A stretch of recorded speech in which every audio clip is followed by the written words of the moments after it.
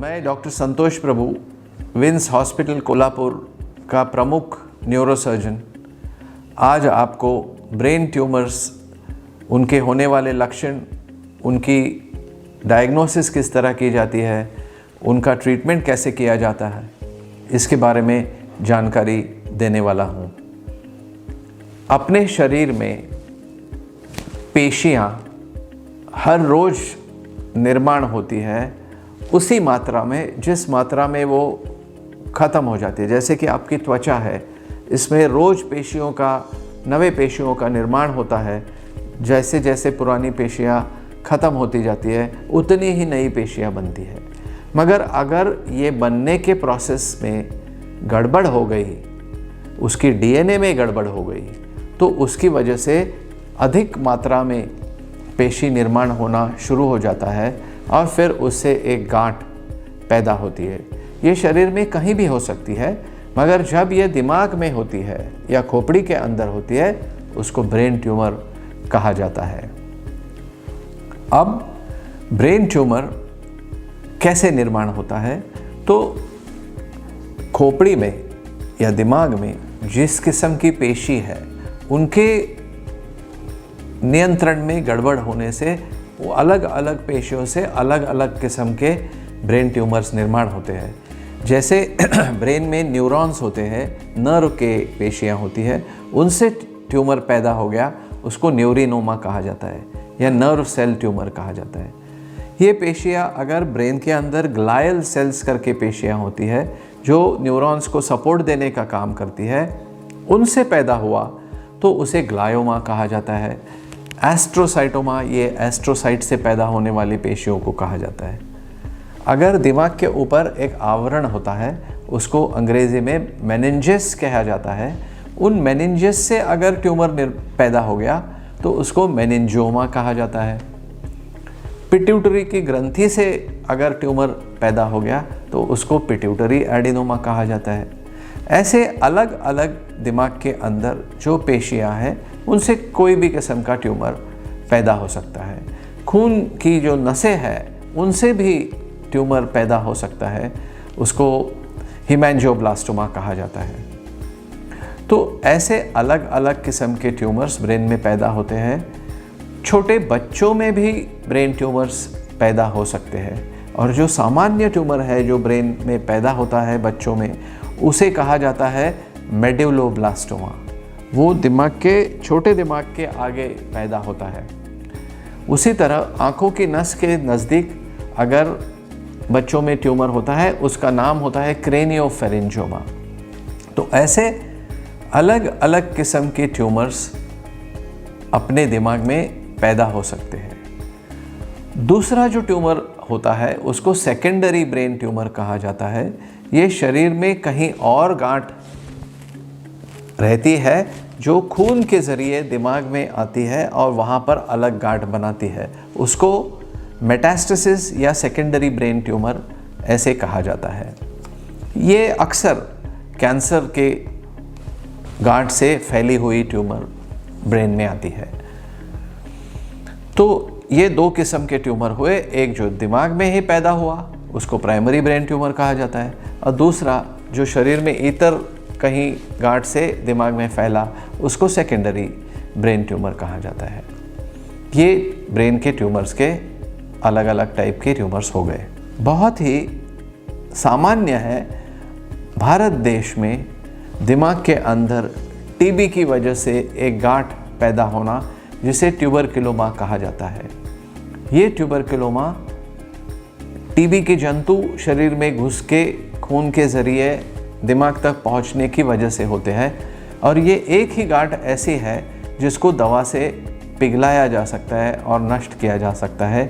बाकी सारे brain tumours के लिए सर्जरी करने की ज़रूरत पड़ती है। अब आप कैसे जानेंगे कि आपको या आपके आजू बाजू के किसी व्यक्ति को ब्रेन ट्यूमर हुआ है, उसके लक्षण क्या है? तो सबसे सामान्य लक्षण है सिर दर्द होना। ज़रूरी नहीं है कि बहुत तेज़ सिर दर्द हो। सिर दर्द अगर उल्टी के साथ में हो रहा है और सवेरे उठने पे हो रहा है तो ब्रेन ट्यूमर होने की संभावना ज़्यादा है। तो जैसे मैंने आपको बताया, ब्रेन ट्यूमर के कुछ जनरल लक्षण होते हैं, सामान्य लक्षण होते हैं। उसमें हेडेक्स या सरदर्द, उल्टी होना, फिट आना, मिर्गी का दौरा आना। अगर किसी 18 साल से ज़्यादा उम्र के व्यक्ति को ज़िंदगी में पहली बार फिट आता है तो उसको ब्रेन में ट्यूमर होने की संभावना 30 से 40% रहती है।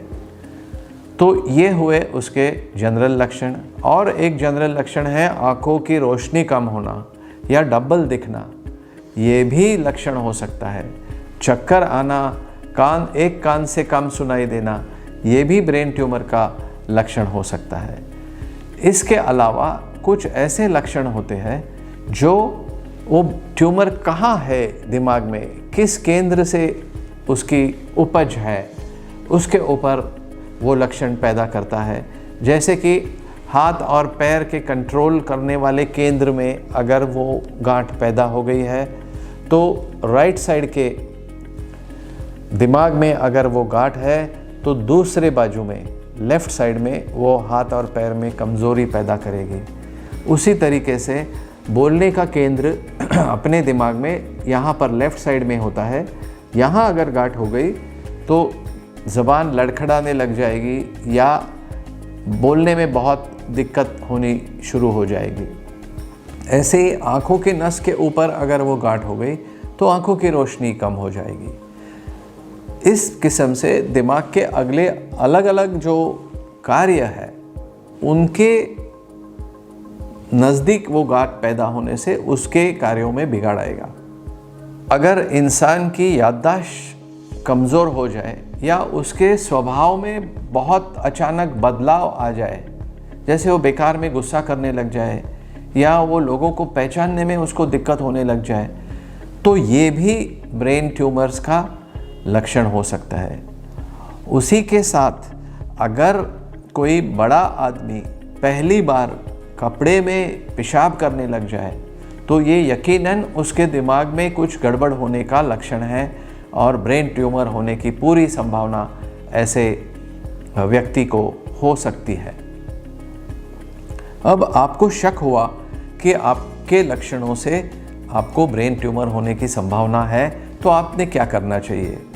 आपने आपके शहर में जो अच्छे न्यूरोसर्जन हैं उनको मिल के उनका कंसल्टेशन करना चाहिए। आप जब उनके पास जाएंगे तो वो आपकी हिस्ट्री है उसको डिटेल में पूछेंगे और उसके ऊपर वो डिटेल न्यूरोलॉजिकल एग्जामिनेशन करेंगे। उस एग्जामिनेशन के अंत में वो काफ़ी यकीन से कह सकेंगे आपको ट्यूमर है या नहीं है। अगर उन्हें शक लगा कि आपको ब्रेन ट्यूमर है तो फिर तुरंत वो आपको एमआरआई करने की सुझाव आपको देंगे और वो आपने करवाया तो एमआरआई में 100% इसकी डायग्नोसिस हो जाएगी कि वो ट्यूमर है या नहीं। अगर है तो कितना बड़ा है, अगर है तो उसका किस किस्म का ट्यूमर है, इसका भी अच्छा खासा अंदाज़ा एमआरआई के स्कैन से अपने को आ जाएगा। साथ ही में कभी कभार न्यूरोसर्जन आपको ईईजी मतलब दिमाग का एक आलेख निकालने का सलाह देंगे। उसमें भी अगर आपके ब्रेन के करंट बिगड़े हुए हैं तो उससे भी अंदाज़ा आ सकता है कि कौन से हिस्से में ब्रेन ट्यूमर आपको हो रहा है। एक बार आपको डायग्नोसिस हो गई कि ब्रेन ट्यूमर है, फिर सवाल ये पैदा होता है ये अच्छे किस्म का ट्यूमर है जिसे हम बेनाइन ट्यूमर कहते हैं, उसकी संभावना 40% के आसपास है। मैलिग्नेंट ट्यूमर है या कैंसर है, उसकी होने की संभावना 50% रहती है। तो दोनों लगभग उतने ही मात्रा में ब्रेन में होते हैं। आधे ट्यूमर अच्छे होते हैं, आधे ट्यूमर खराब होते हैं। तो कैसे पहचाने कि इनमें से क्या अपना ट्यूमर है और उसके लिए सर्जन क्या करेंगे? तो न्यूरोसर्जन कैसे पहचानेंगे कि आपको जो गांठ हुई है वो कैंसर है या अच्छे किस्म की, यानी बेनाइन किस्म की गांठ है? तो उसके लिए थोड़ा अंदाज़ा एमआरआई स्कैन से आ सकता है, मगर उसकी फाइनल डायग्नोसिस, यकीनन डायग्नोसिस तभी होगी जब आप सर्जरी करेंगे। सर्जरी ये ब्रेन ट्यूमर का एकमेव ट्रीटमेंट की तरीका है और सर्जरी के लक्ष्य दो होते हैं। एक, उस गांठ को पूरी तरह से निकालना आपको कम से कम धोखा पैदा करते हुए, और दो, निकली हुई गांठ के टुकड़े बायोप्सी के पीसेस जांच को भेज के उसमें 100% पता चलेगा कि गांठ किस किस्म की है, अच्छी है, खराब है, वगैरह वगैरह। तो एक बार सर्जरी आपने करवाने का ठान दिया तो आजकल नवी तंत्रज्ञान टेक्नोलॉजी अच्छे सेंटर्स में उपलब्ध हो गई है, जिनका इस्तेमाल करके एक्सपर्ट न्यूरोसर्जन आपकी गांठ को आपको कम से कम खतरा पैदा करते हुए निकाल सकते हैं। तो ये कौन सी टेक्नोलॉजीज़ है जो विन्स, हमारा कोल्हापुर का विन्स जैसे सेंटर्स में अवेलेबल है? तो सबसे पहले है न्यूरो नेविगेशन, या जिसको कह सकते हैं कंप्यूटर का इस्तेमाल करके brain surgery, computer guided neuro surgery.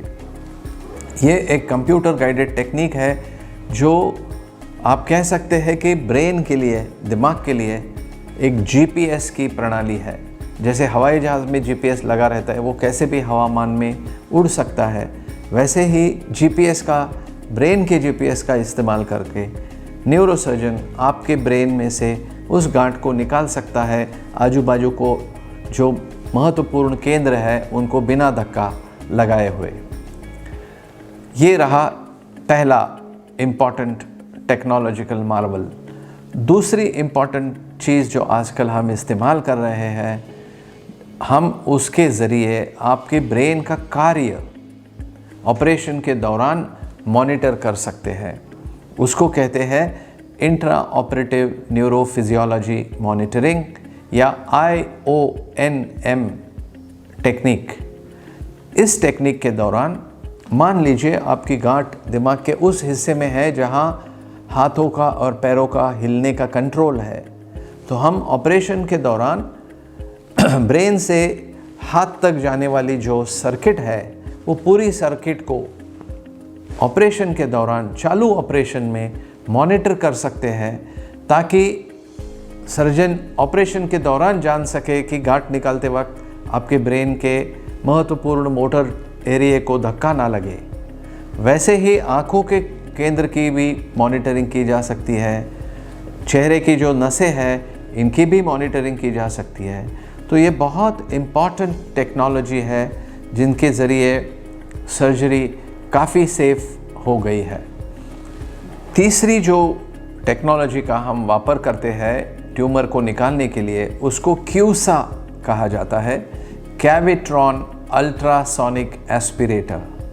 ये वो एक यंत्र प्रणाली है जिसको लगाने से कठिन दिमाग का ट्यूमर मोम की तरह पिघल जाता है और निकल जाता है आजू बाजू के ब्रेन के महत्वपूर्ण हिस्से को कोई धक्का ना लगाते हुए गांठ आराम से निकाली जा सकती है, ताकि पेशेंट में ऑपरेशन के बाद कोई कमी ना आए। तो ये 3 technologies, neuro navigation, intra operative neurophysiology monitoring, CUSA, ये उपलब्ध है। इसका आपने खातिरी करना चाहिए आपका ब्रेन ट्यूमर के सर्जरी करते समय, और साथ ही में ये भी देखना चाहिए कि आप जिस सर्जन के ऊपर भरोसा रख रहे हैं वो कितने तजुर्बेकार है और उनका कितना एक्सपीरियंस उस फील्ड में है, वो कितने एक्सपर्ट है। ये सारा अगर कॉम्बिनेशन हो जाता है तो आज की तारीख में ब्रेन ट्यूमर्स की सर्जरी काफ़ी सेफ्टी से शरीर को और बाकी हिस्से को कम से कम नुकसान पहुंचाते हुए ये ट्यूमर्स निकाले जा सकते हैं। अब आपका ट्यूमर निकल गया, आपका रिपोर्ट अच्छा आया, बेनाइन ट्यूमर है आया, सर्जन ने आपका ट्यूमर पूरी तरह से निकाल दिया। ये अगर हुआ तो आपके लिए ये बीमारी ख़त्म हो गई। अंग्रेज़ी में इसको कहा जाएगा आप इस बीमारी से क्योर हो गए, पूरी तरह से ठीक हो गए। अब आपको कोई आगे कोई खतरा नहीं, ना कभी ये वापस होगा, मामला ख़त्म। ये फाइल आप बंद करके अलमारी में रख सकते हैं। यदि आपकी बैड लक से कैंसर की रिपोर्ट आई तो उसमें भी ग्रेडिंग है। 1 नंबर का ग्रेड है, 2 नंबर का ग्रेड है, 3 नंबर का ग्रेड है और 4 नंबर का ग्रेड है। 1 और 2 नंबर के ग्रेड की रिज़ल्ट काफ़ी अच्छी होती है और 3 और 4 नंबर के ट्यूमर्स काफ़ी ख़राब होते हैं। अगर कैंसर का ट्यूमर आया तो आपको सर्जरी के बाद में रेडिएशन थेरेपी, मतलब ब्रेन के पेशियों के ऊपर किरणों का फोकसिंग करके उस ट्यूमर के बाकी बचे हुए पेशियों को नष्ट करना पड़ेगा ताकि आपका आयुर्मान बढ़ जाए। इसको रेडिएशन थेरेपी बोलते हैं और ये भी आजकल कंप्यूटर गाइडेड लाइनैक नाम के मशीन का वापर करके किया जाता है। इसके बाद जो बहुत ही हाई ग्रेड के ट्यूमर्स हैं उनको कभी कभी केमोथेरेपी भी देनी पड़ती है। केमोथेरेपी जो इस ऑपरेशन के और रेडिएशन थेरेपी के साथ साथ दी जाती है वो ब्रेन के ट्यूमर्स के लिए कोई इंजेक्शन वगैरह ऐसी चीज़ नहीं दी जाती। ये केवल एक कैप्सूल के तरीके से आपको दी जाती है। ये महीने के 5 दिन वो कैप्सूल रोज़ एक लेना पड़ता है और अगले 25 दिन कुछ नहीं करना होता है। ऐसे 5 साइकिल्स या 6 साइकिल्स ज़्यादातर पेशेंट्स को दिए जाते हैं ये कैंसर के ब्रेन ट्यूमर्स को कंट्रोल करने के लिए। तो जैसे मैंने आपको कहा, बहुत अच्छी ट्रीटमेंट्स आजकल ब्रेन ट्यूमर के ऊपर उपलब्ध हो गई है और विम्स कोल्हापुर में ये सारी यंत्र प्रणाली उपलब्ध है और यहाँ हज़ारों की मात्रा में ब्रेन ट्यूमर्स आज तक ऑपरेट किए गए हैं। सर्जरी के बाद में एक और इम्पॉर्टेंट चीज़ है जो आपको लग सकती है, उसको न्यूरो रिहैबिलिटेशन कहते हैं। इसका मतलब ये कि समझो ऑपरेशन के पहले आपके एक हाथ और पैर में ताकत कम है तो उसको सुधारने के लिए ये कंप्यूटराइज्ड फिजियोथेरेपी या न्यूरो रिहैबिलिटेशन यूनिट होना ज़रूरी है, जो भी विम्स में आज उपलब्ध है। तो मेरे दोस्त, आपके लिए मेरा संदेश ये है कि ब्रेन ट्यूमर कैसे डायग्नोज करना ये मैंने आपको बताया है। अगर आपको शक आता है तो आपने अच्छे न्यूरोसर्जन को दिखाना चाहिए। अगर उनकी जांच पड़ताल में आपको ट्यूमर है ऐसा साबित हुआ तो घबराने की कोई बात नहीं है। उसके ऊपर अच्छी खासी और बढ़िया किस्म के ट्रीटमेंट्स उपलब्ध है। नवी टेक्नोलॉजी वापर के एक्सपर्ट न्यूरोसर्जन्स आपके ट्यूमर को पूरी तरह से निकाल सकते हैं और आपकी लाइफ को बिल्कुल नॉर्मल बना सकते हैं। साथ ही में अगर आपके बैड लक से ट्यूमर कैंसर का आता है तो उसके लिए भी अच्छी ट्रीटमेंट रेडिएशन थेरेपी, केमोथेरेपी के फॉर्म में उपलब्ध है। तो घबराइए मत, ऐसा कुछ आपके साथ दुर्दैव से होता है तो उसके लिए आज ट्रीटमेंट उपलब्ध है। मेरे इस छोटे टॉक को सुनने के लिए मैं आपका आभारी हूँ। Thank you.